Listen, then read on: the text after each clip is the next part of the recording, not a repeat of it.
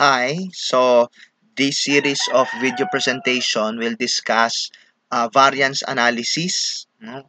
Lahat ng production cost variance analysis. This is based from or based on the book I shared to you, no?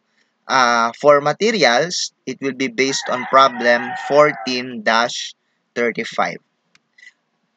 So before we proceed, let me give you some reminders and tips on how to understand the discussion that I will make. Okay, so this applies to all the variances from the materials up to the labor and overhead. So first, memorization does not work. So, ang advice ko is wag niyong kabisahin yung formula ng mga variances kasi hindi siya effective dahil kapag exam na, malilito ka na, no? Maghahalo-halo na yung mga ah, variables dun sa formula. Variances must be solved and understood logically and individually. So, ang pinaka-effective na pag-aaral sa standard costing is kailangan yung variances individually, no? Isa-isa dapat naiintindihan mo kung ano ba yung significance niya. Pag naiintindihan mo yung significance niya, maiintindihan mo din kung bakit ganon yung formula niya. Okay? Yung logic behind the computation. At kapag alam mo yung logic behind the computation, hindi mo kailangan mag-memorize, no? Automatic, the computation will come to you when the problems arise.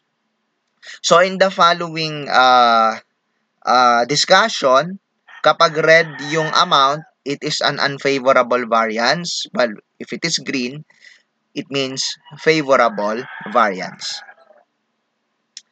So, on problem 14-35, no, based dun sa data doon, we will compute for the total materials variance.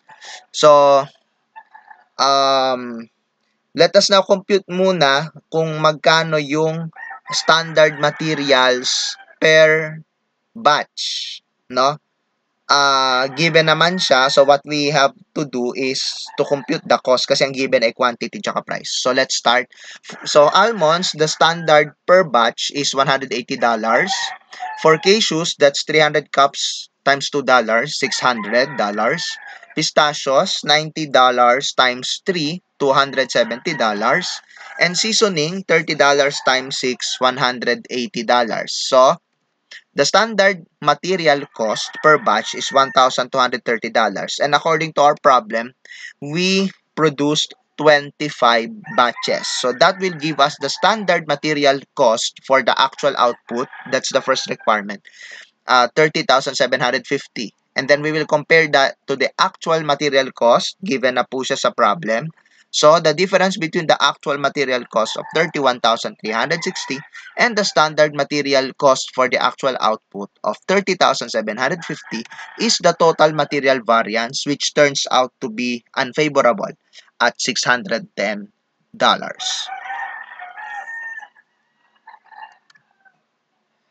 So, let's now compute for the materials price variance. So, each material, no, yung almonds, cashews, pistachios, and seasoning, each material will have its own materials price variance and then the sum will be obtained. So, isa-isa siya, no? Almonds, meron siyang sariling price variance, cashews, sariling price variance, etc. So, the formula, as we know, is the difference between the actual price and the standard price times the actual usage. So, we will apply that formula to each of the four ingredients as shown here. So, medyo hindi lang straightforward yung actual price, no? Kasi hindi binigay ng problem. Magkano ba yung actual price per cup? So, for each materials, we have to divide the actual cost by the actual quantity. So, as you can see there, $5,280 divided by 5,280.